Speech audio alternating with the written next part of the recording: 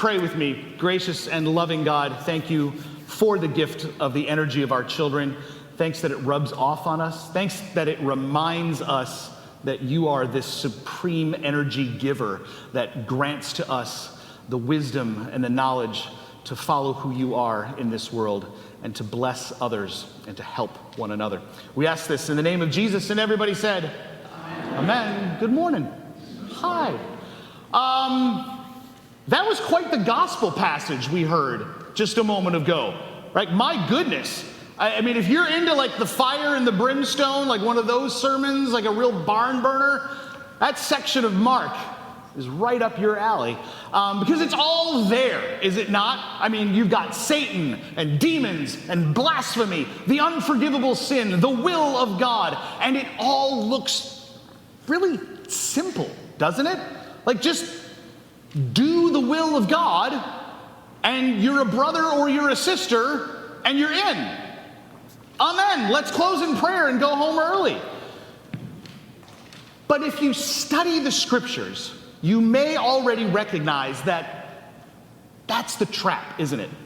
A lot of times when something seems really simple in the Bible, like it's easy to explain, that's where we need to ask some questions, seek some wisdom, gain a deeper understanding. So let's get some context, shall we?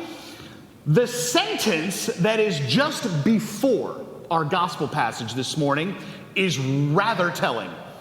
It says, "Then Jesus went home." Well, where was he? What's he been doing? Now, go figure, of course, Jesus has been doing a lot of different things in all sorts of different places. And if you were to grab like a random Bible, either here in the pews or out there in the world somewhere, you would recognize that the text has been organized into different sections or books according to the author. None of those authors wrote down things like chapters and verses. Those were all added hundreds, if not thousands of years later by various translators. But another thing that was added to the Bible were these little headings, like within the chapters, like at the start of paragraphs. These are not a part of any of the original texts or manuscripts. They're just, again, one of the many things that we have inserted into the Bible to make it more user-friendly. So if we look back over the previous two chapters from Mark chapter 3, if we look in Mark chapter 1 and chapter 2, and just read the sort of headings for the different paragraphs, we can get a sense of what Jesus has been up to before he went home. He gets baptized, then he gets tempted in the wilderness, and then he calls his first disciples. So far, very boilerplate for Jesus, nothing out of the ordinary. But immediately after he calls his first followers and they begin to follow him, here's what goes down. Jesus heals a man with an unclean spirit. He heals Simon's mother-in-law and many others from diseases and sickness. He heals a man from leprosy. He heals a paralytic person. That's the whole pick up your mat and walk passage. He goes and has dinner with a tax collector at his house. He breaks the rules when it comes to his disciples and like eating and like obeying the Sabbath rules. He heals a man with a withered hand. He gets mobbed by a large crowd. He appoints the 12 apostles, and then Jesus went home. I mean, it's like I think Jesus needs to take some advice from Father Chris's sermon last week and just take a nap. Because that was Father Chris's sermon. Never mind. The thing is, however, that as a result of all these things, Jesus is getting noticed. He's getting noticed by the crowds, and he's getting noticed by the religious leaders of the day. The crowds are being drawn to him, and the religious leaders are literally plotting to destroy him. Why? Why such extreme different reactions from the two different groups? We got to remember, things like chaos, rebellion, unrest, these were always a threat to the Roman Empire, which was like the empire that controlled the region where Jesus lives. There were social and religious laws that had to be followed in order to keep order, in order to keep control. And again, as Father Chris mentioned last week in his sermon, the Pharisees, who were part of the religious leaders at the time, they were trying their best to invite people to be a part of what God was doing in the world. They weren't the villains, as we love to make them out to be. Just sometimes they weren't all that helpful in the way that they were inviting people to follow after God. For example, if you followed all the religious laws just as the priests said, then you were good. All is well. But if you step out of line, you were considered to be unclean, unholy, sinful, demonic, possessed with an evil spirit. And the real and very unfortunate result of this was if you were placed into one of those categories, whether it was due to a perceived physical or mental illness, either real or imaginary, you were cast out. As in outside of the city gates, away from your family, away from your religious community. You couldn't eat or worship with others. And the only way for you to be cleansed and restored, have your sins forgiven, have these demons cast out, was for you to go to the temple and see one of the priests for a price. It cost money to be restored back to God and to your family and to your religious community. Why? Because the government imposed a tax on the temple. So the temple then had to charge people for their services. That meant that the religious leaders and those who were loyal to the empire were making a lot of money. But along comes Jesus, and he starts cleansing people, healing them, casting out their demons, tells them that their sins are forgiven, and he's not charging a shekel to do it. But there's a whole other side to this thing as well, because Jesus is welcoming people in who were, according to the religious and social laws, supposed to be kept outside. As in, society and religion wanted them concealed, ignored, rejected. And then there's Jesus, serving them, healing them, eating with them, loving them.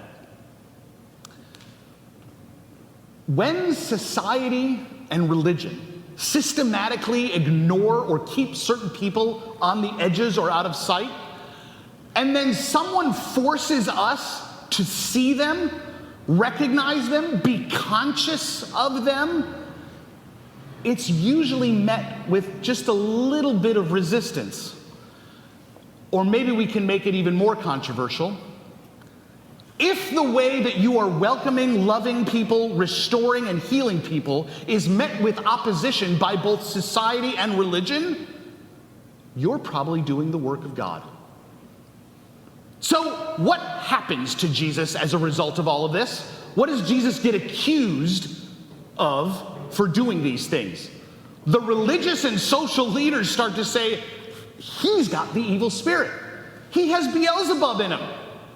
He's demonic. Jesus.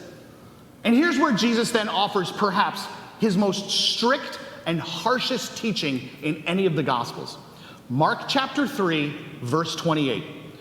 Truly I tell you, he says, people will be forgiven of their sins and whatever blasphemies they utter, but whoever blasphemes against the Holy Spirit can never have forgiveness, but is guilty of an eternal sin.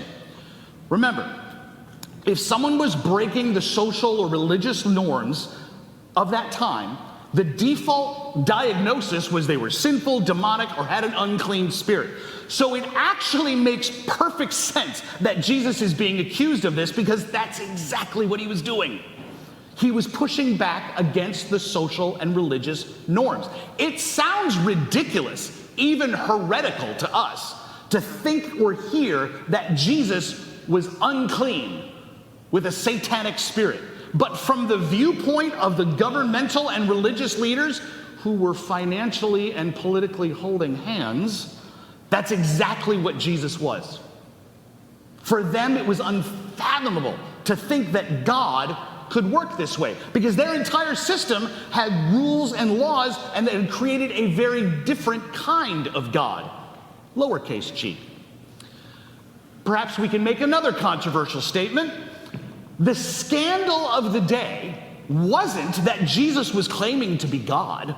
Rather, it was that people were starting to believe that God was like Jesus. What if Jesus was telling the truth when he said that he was doing these things because God was telling him to do so? What if the things that Jesus was doing were things that God had wanted us to do for a very, very long time? What do you do when Jesus, the undisputed full presence of God in the flesh, shows up and completely shatters your understanding of who God is and what God is like? I shudder to think that there may be times in my life when I have seen God working in the world around me and I thought it was something else, something not of God. Because that's what blasphemy against the Holy Spirit is. To witness the work of God in the world and to believe that it's something else. To see people welcomed and loved and restored and healed and call it evil, blasphemy. Final train of thought. Woven through this whole passage from Mark's gospel is this thing that's going on with Jesus' family. Now remember, Jesus has come home and his family's waiting for him. Now undoubtedly they would have known about all like the hubbub that's surrounding Jesus, the crowds being drawn to him, the religious and social leaders like not wanting him to be around at all. The text actually says they, the family, went out to restrain him because they were so worried. This probably wasn't the whole, hey, Jesus, welcome home that he was looking for. But it's a shame-based culture. And in a shame-based culture, his family would have been worried that all that negative attention could start reflecting poorly on them. And after Jesus' sort of back and forth with the religious leaders, his family makes it known that they're ready to do a little intervention here. People say to Jesus, hey, your mom and your brothers and sisters are outside waiting for you. And here's where Jesus makes perhaps his most radical theological statement. Who are my mother and brothers and sisters? And he looks at the people sitting around him and he says, here are my mother and brothers and sisters. Imagine how Jesus felt, knowing that his family was basically going to try and get him to stop all the crazy stuff. Fall in line. Just do what they said. Imagine how Jesus' family felt when they heard that Jesus wasn't really willing to acknowledge them as family. But now imagine you're a part of the crowd. How would you feel? These are the people that are pressing in so close to Jesus because they are desperate. They need healing, restoration, forgiveness. They need to know they belonged. They needed to know they were no longer outcasts. And Jesus looks at these broken, physically and mentally impaired, struggling, don't belong to anybody, people around them. And he calls them brothers and sisters. These people are my family. That is good news. You might be asking, why is that good news, Aaron? Because you and I are not any different from the crowd. We've all had broken relationships, seen things crumble in front of us. We long for restoration. We've been told by our culture that radical individualism is the way to get forward and far in life. But what we really want is people to stand with us and support us while we support them. It's called the body of Christ. And this place, this church thing that we do, it's where we come to know that we're loved, that we belong, that we've been welcomed, that we're a part of God's family. But it's also where we struggle because, like the religious leaders and those who were loyal to the empire at that time, we want to control things. We read what Jesus says. He says, whoever does the will of God is my brother and my sister and my mother. And then we turn it around and make it about us doing something. The issue is, and it's there in the text, Jesus calls us family first, and then calls us to do the will of God. Being a part of the family of God is not contingent upon us doing something first. Rather, it is contingent upon what God has done, which is to love and sacrifice and welcome in. That's what grace is. We bring ourselves closer to God by following Jesus with all our brokenness and with all of our hurt and everything, just as we are. We don't have to check ourselves or our junk at the door. God doesn't say, get everything right and then you can be a part of the family. That's not grace. To be more like Jesus as a broken and messed up part of the family, that is doing the will of God. Amen.